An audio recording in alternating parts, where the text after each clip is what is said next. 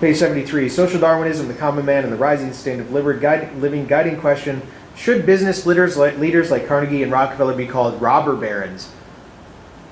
Were these businessmen getting wealthy at the expense of the common man? Was the government protecting them too much? That's the question that starts being asked by the common man. And just because it's not illegal didn't mean that it wasn't unethical, right? Because the exploitation of this unfettered or unregulated capitalism by the ultra-wealthy led to economic uncertainty and regular economic depressions. Between 1850 and 1930, there was a serious economic depression about every 10 years. And what these businessmen would say was, it's just the natural order of things, right? For every peak, there has to be a valley, and for every valley, there's a peak. So it's a nature's law. Soon, people started asking for protection, however. You can see that here, people are asking for protection against the trusts, the monopolies. And the federal government began, or at least the people started asking the federal government to play a new role.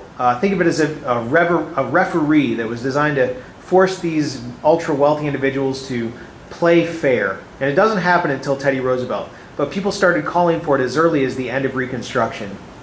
The public was using the vote, remember who can vote at this time, middle-class white people mostly, to push for Congress to pass protection acts. And the most important of this comes with the Sherman Antitrust Act.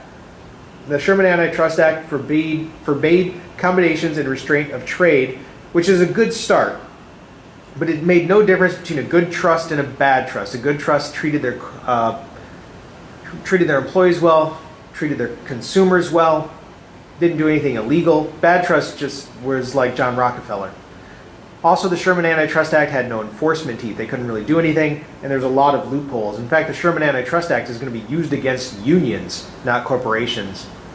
So eventually, we get the progressives, led by this guy. This is Teddy Roosevelt. And notice he killed off bad trusts, and he kept good trusts on a really short leash. And for some creepy reason, we have this bear carrying around all the victories. I don't know why that is.